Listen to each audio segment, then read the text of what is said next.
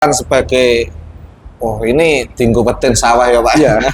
Gendruwo nih. Ya, betul. Jadi kita merasa kayak jebot gendruwo. Iya. Ternyata bisa nih kita bantu secara gratis katakan. Kalau ditanya sih Pak, kenapa saya memutus kuasa ya Pak ya? Kan kami juga dilindungi undang-undang advokat. Kalau memang dirasa adanya ketidaksepemahaman dan ketidaksatu visi. Iya, betul. Kalau misi semua sama Pak ya. Sama misinya. Sama. Ini selesai. Selesai. Kalau visinya sudah nggak sama, karena contoh saja Pak, tidak menjamin Pak orang mampu bisa membayar. Iya. Contohnya, betul. ini saya memutus kuasa Pak. Iya. Mohon maaf nih, betul. saya memutus kuasa ini berarti ada sesuatu ya Pak ya. Iya betul. Kalau saya mungkin katakan mohon maaf Pak, saya dibayar dengan nominal besar gitu ya, mengingkari perjanjian apalagi mencari solusi di luar kami yang dimana itu solusi kami dibawa keluar gitu kan Pak, itu sudah menyalahi kode etik menurut kami.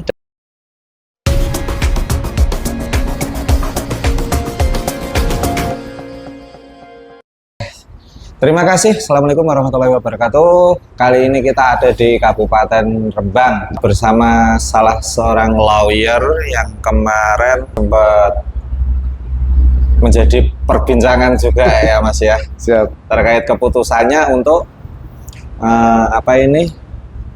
mengundurkan diri. Ya, memutus kuasa, betul Pak. Iya, dari sebagai kuasa hukum. Perkenalkan saya Bagas Pamenang Pak. Bagas Pamenang, saya sendiri memang untuk di Rembang sendiri saya baru sekitar kurang lebih 4 bulan Pak. 4 bulan ini kami membuka cabang Rembang yang dimana kami ada beberapa cabang memang di Semarang, Pati dan di Rembang. Nah, di Rembang sendiri memang kemarin kami sempat untuk berkuasa dengan salah satu pemilik tambang ya Pak ya, perusahaan, dan memang ternyata keputusan saya untuk mengundurkan diri ya sempat menjadi perhatian publik gitu. Gitu Pak. Ya Pak. Mungkin bagi masyarakat pengunduran diri seorang pengacara dari kliennya itu mungkin untuk di pedesaan mungkin hal yang agak dalam tanda kutip mungkin agak naif, atau ya mungkin ada perselisihan atau harganya kurang cocok atau gimana, kan pasti seperti itu untuk ya, apa. Nah, ini bagaimana sih Mas, kemarin itu kok panjenengan saya harus mundur ini dari kasus ini, dari kuasa hukum ini? Ya, baik Pak. Yang pertama memang kami selalu menjunjung tinggi yang namanya profesionalitas kerja ya Pak ya, dimana kami selalu melakukan legal contract, ada namanya di mana kita menjanjikan suatu perjanjian dalam hal pemberian jasa. Tetapi dalam seiringnya waktu memang biasa Pak, antara klien dengan advokat, kami sebagai penasihat hukum khususnya, atau lagi dalam hal-hal tertentu yang berkaitan dengan perusahaan, yang dimana itu memang tidak sepakat atau tidak sesuai dengan apa yang diperbincangkan di awal, sesuai dengan perjanjian yang sudah dijelaskan. Jadi kemarin memang yang pertama mungkin dari warga masyarakat Kragen waktu itu, khususnya di Desa Sudan, melihatlah kami, saya dengan tim, salah satu ada Mbak Sela, ada tim kami advokat yang lain, kami datang di situ dengan profesionalitas kerja kami. Kami membela, bahkan memberikan solusi-solusi sesuai dengan hukum restoratif ya Pak ya. Sama-sama enak, win-win solution. Ternyata waktu itu belum disepakati Pak, belum disepakati. Nah, 1 hari setelah itu kami melakukan pelaporan terhadap klien kami. Kami memberikan laporan kepada klien. Ternyata tanggapan klien kami bagus, baik, dan malah perusahaan yang kami pegang waktu itu, saya tidak menyebutkan perusahaannya Pak ya, saya tidak menyebutkan nama klien kami, itu menjadi barometer dari pengusaha-pengusaha tambang yang lain yang ada di situ Pak. Jadi apa yang menjadi keputusan saya waktu itu akan diikuti semua pengusaha tambang yang ada di Sudan itu waktu itu, yang hadir waktu itu, dan itu juga terrecord dan juga tersampaikan ketika hari selanjutnya kami melakukan meeting bersama bos-bos tambang. Sudah hari itu, hari Jumat kalau nggak salah, hari Jumat kami di Balai Desa, hari Sabtu kami melakukan perbincangan untuk mencari solusi yang terbaik. Ternyata di hari Minggu, tanpa adanya pemberitahuan kepada kami selaku kuasa hukum, tidak ada konfirmasi kepada kami, klien kami mengutus anak buahnya yang ditambang untuk melakukan pendekatan. Saya bilang pendekatan dan mediasi sendiri kepada masyarakat setempat. Iya, perwakilan masyarakat setempat. Perwakilan masyarakat setempat didukung oleh beberapa orang tambang yang kemarin hadir, dan itu ternyata juga dimediasikan oleh kepala desa. Kepala desa hadir juga waktu itu hari Minggu. Itu info yang kami dapat. Kenapa saya percaya? Karena kami mendapatkan informasi dari salah satu warga yang di Sudan, terdapat suatu perjanjian yang sudah ditandatangani antara perwakilan tambang yang tadi diutus oleh klien kami, tanpa adanya kami, hadirnya kami, dan di mana isi-isi yang disepakati itu, Pak, 85% itu adalah apa yang kami sampaikan di mediasi hari Jumat, yang saya tawarkan kepada masyarakat. Jadi itu semua adalah pemikiran-pemikiran kami, solusi-solusi kami dari kantor advokat CBP Law, yang dimana sudah kami sampaikan, yang di hari Jumat ditolak, Pak. Ditolak sama warga. Loh. Waktu itu ditolak sama warga, begitu. Tetapi di hari Minggunya itu malah menjadi kesepakatan dan ditandatangani bersama. Dan itu tanpa melalui mediator. Tanpa melalui, dalam tanda kutip ini, lawyer. Ya, tanpa melalui kuasa hukum, dan kami tidak diinfo sama sekali. Minimal kalau kami, Pak, kami selalu membebaskan klien. Tapi minimal kalau secara etika dalam hal penyewaan jasa hukum atau jasa kuasa hukum, klien kami seharusnya memberikan informasi. Informasi intinya, mohon maaf Mas Bagas atau mohon maaf tim CBP Law, mungkin di hari Minggu kami akan ada acara, tapi lebih softnya mungkin tidak menggunakan kuasa hukum karena dari warga tidak ada kuasa hukum mungkin. Itu kan lebih baik daripada diam-diam di belakang kami melakukan pertemuan, dan itu sangat sudah melanggar kode etik. Gitu sih, cukup selesai masalahnya. Tiba-tiba selesai, dan semua yang dinyatakan 85% redaksi yang dicantumkan di situ adalah hasil pemikiran kami, Pak. Oh gitu.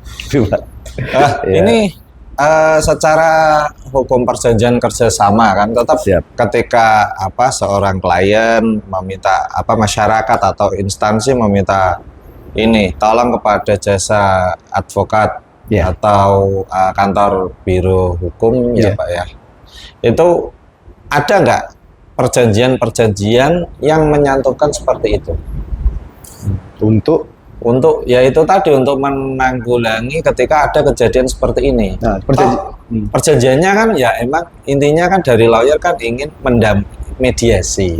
Misal ada dua pihak nih, masyarakat sama warga perusahaan korporat. Dan mediasi, ini kuasa hukum saya. Nanti kalau ada apa-apa nyampe ke persidangan juga sama kuasa hukum. Betul, Pak. Lah ini kan belum nyampe persidangan, otomatis. Lah ketika ada hal seperti itu, ada nggak perjanjiannya? Perjanjian jika di luar persidangan? Menggunakan advokat gitu? Iya, ada, Pak. Jadi setiap surat kuasa itu kan berbeda, Pak ya. Sedangkan surat kuasa kami yang kepada klien kami itu sifatnya universal. Universal itu tidak hanya di dalam persidangan, melainkan kami menerima jasa ini untuk semua kasus yang ada di perusahaannya beliau.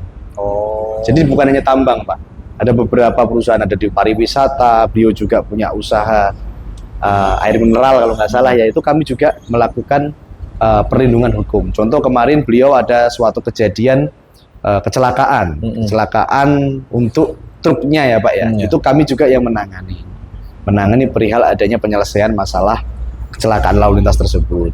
Nah, jadi untuk perjanjian yang kemarin kami harus mediasi, kami didatangkan, bahkan sampai hari ini kami masih simpen. Itu adalah permintaan dari klien, Pak. Kami diminta hadir, kami diminta mewakili dan menyelesaikan masalah yang ada di situ. Dan itu sudah kami lakukan sebelumnya. Itu di Balai Desa Naraan apa Naruan ya, di Kragan itu, Pak. Dengan kasus yang hampir sama, itu sebelahnya Sudan, dan itu alhamdulillah clear. Kami yang menyelesaikan juga di Tapi situ. juga semua prosesnya diikuti ya, termasuk mediasi dengan warga tanpa menambah ini tadi orangnya dia untuk mediasi sendiri. Betul. Gitu ya. Jadi kalau ditanya sih, Pak, kenapa saya memutus kuasa ya, Pak ya, kan kami juga dilindungi undang-undang advokat. Kalau memang dirasa adanya ketidaksepemahaman dan ketidaksatu visi. Kalau misi semua sama, Pak ya. Sama misinya. Ini selesai. Kalau visinya sudah nggak sama, kami advokat daripada kami melanggar adanya pelanggaran kode etik kan itu Pak, kami lebih milih untuk sudahlah kami menunjukkan kuasa. Atau juga sebenarnya selain itu juga retensi, perjanjian retensi yang disampaikan ke kami di surat kuasa yang kami tanda tangani bersama pun sampai sekarang tidak dipenuhi Pak. Kalau saya bilang seperti itu. Nah itu sih lebih ke moral saja ya Pak ya, moral dari klien kami. Kalau kami sampaikan, kami sebagai advokat, kalau di CPP lah mending kami kalah uang daripada kalah nama Pak. siap. Pak. Mending Betul, menjaga nama baik Pak. Seperti itu. Mending kita keluar uang daripada kalah nama. Iya, mending kami menjaga nama baik kami lah. Kehilangan uang lah ya. Iya. Uang nggak seberapa bisa dicari lagi. Kita mending seperti itu untuk kebersamaan ya. Gitu Pak. Terus gini, Mas. Ketika masyarakat menggunakan jasa seorang kuasa hukum atau pengacara untuk berbagai kepentingan. Kalau yang umum kan mungkin untuk pembuatan akta tanah PPATK. Terus yang mungkin ketika ada persidangan tuntutan hukum seperti waris dan sebagainya. Mungkin kan seperti itu yang umum. Lah, ini ketika nanti himbauan ke panjenengan Bapak kepada masyarakat untuk hal-hal seperti ini tadi, ketika menggunakan jasa kuasa hukum atau seperti apa, kan banyak di televisi nasional juga seperti itu. Prosedurnya itu seperti apa sih? Terkait biaya mungkin, kalau boleh tahu loh ya ini. Baik Pak. Oke Pak, terima kasih. Kalau advokat sendiri Pak, kita itu tidak ada range biaya, jujur Pak. Kita nggak ada range biaya, tidak ada minimal harus berapa, itu nggak ada. Setahu saya nggak ada, dan itu yang menentukan hanyalah pribadi setiap kantor advokat masing-masing Pak. Sedangkan kalau kami sendiri memang kami ada dana prodeo. Dana prodeo yang dimana itu kami membantu masyarakat-masyarakat yang sekiranya tidak mampu, untuk kami berikan bantuan murah sampai dengan gratis Pak. Nah, ini ada beberapa yang kami lakukan bantuan hukum. Contohnya beberapa kasus yang ada di Pandangan Kulon. Pandangan Kulon Kragen itu ada yang benar-benar kami tidak 0 rupiah, kami tidak minta. Ada Pak, dan itu masalah tanah. Kami bantu perihal sampai dengan BAP di kepolisian, pengurusan sertifikat, kebetulan masalah tanah Pak. Itu kami bantu 0 rupiah memang. Dan beberapa klien-klien yang lain. Jadi kalau masyarakat pesan kami, carilah advokat yang berdedikasi dan memahami perihal adanya lingkungan masyarakat. Jadi lebih ke dia mengetahui, pasarnya ya Pak ya. Kalau kita melihat klien ini memang tidak mampu, kita bantu. Tapi kalau klien ini memang mampu, ya kita setarakan kemampuannya seberapa gitu. Karena contoh saja Pak, tidak menjamin Pak orang mampu bisa membayar. Contohnya, ini saya memutus kuasa Pak. Maaf nih, saya memutus kuasa ini berarti ada sesuatu ya Pak ya. Kalau saya mungkin katakan mohon maaf Pak, saya dibayar dengan nominal besar gitu ya Pak ya. Mungkin saya sebagai profesional advokat, wah saya nggak mau dong kehilangan lombong saya. Tapi kenapa saya rela untuk memutus kuasa di sini? Yang pertama, waktu ketika saya membantu klien kami ini, kami hanya menjadi profesionalitas kerja sesuai perjanjian. Jika ada kasus kami dibayar sesuai fee.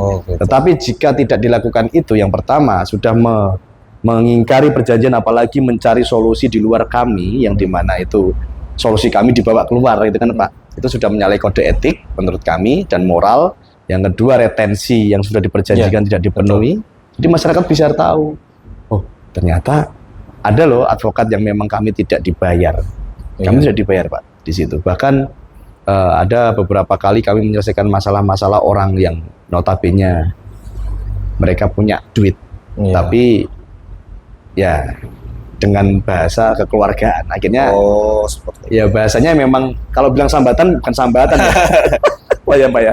Ya itu. Jadi masyarakat Jadi masyarakat tidak perlu khawatir. Kalau kami di CPP Law sendiri, yang penting datang ke sini, kita rembukan, kita akan melihat kasusnya seperti apa, kita akan mitigasi, kita akan cek. Ketika memang ternyata bisa nih kita bantu secara gratis katakan, kami akan bantu kok Pak. Kami tidak akan menutup mata.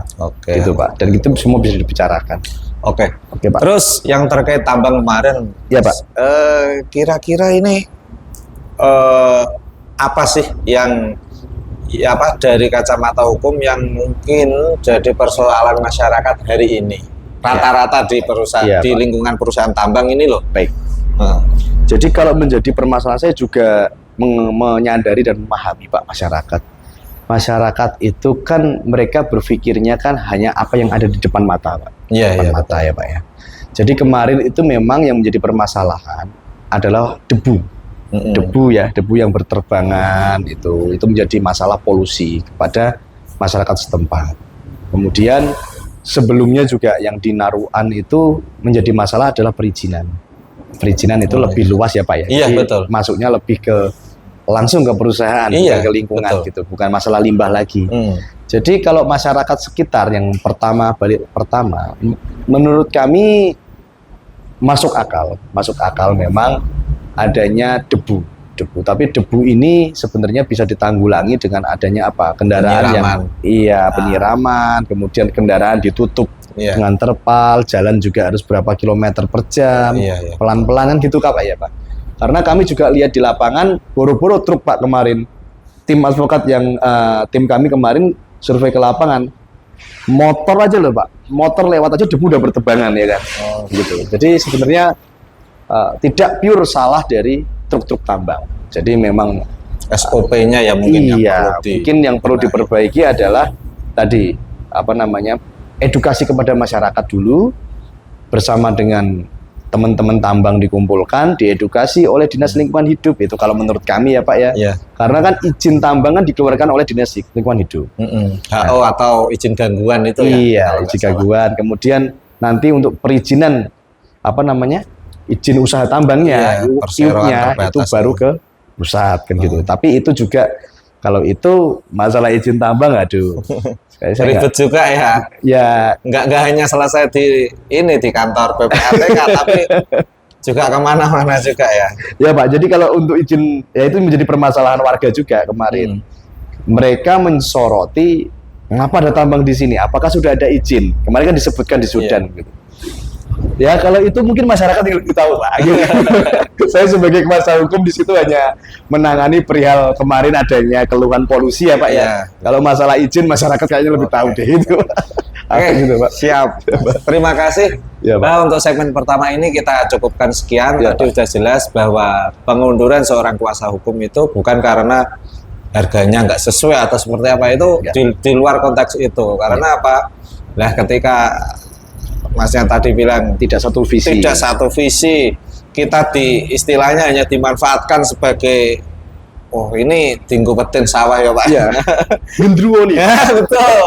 Jadi kita merasa kayak jebot gendruwo. Iya, itu kan juga kasihan masyarakat. Ya, kasihan masyarakat Pak kalau kayak gitu. Kan juga merugikan dari pihak lawyer juga kan.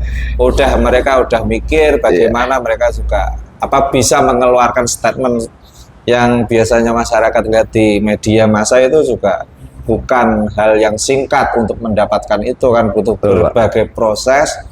Nah, itulah gunanya menghargai ilmu yang kita dapat dan untuk bisa digunakan di masyarakat. Untuk segmen pertama kami cukupkan sekian. Kurang lebihnya minta maaf. Assalamualaikum warahmatullahi wabarakatuh. Waalaikumsalam.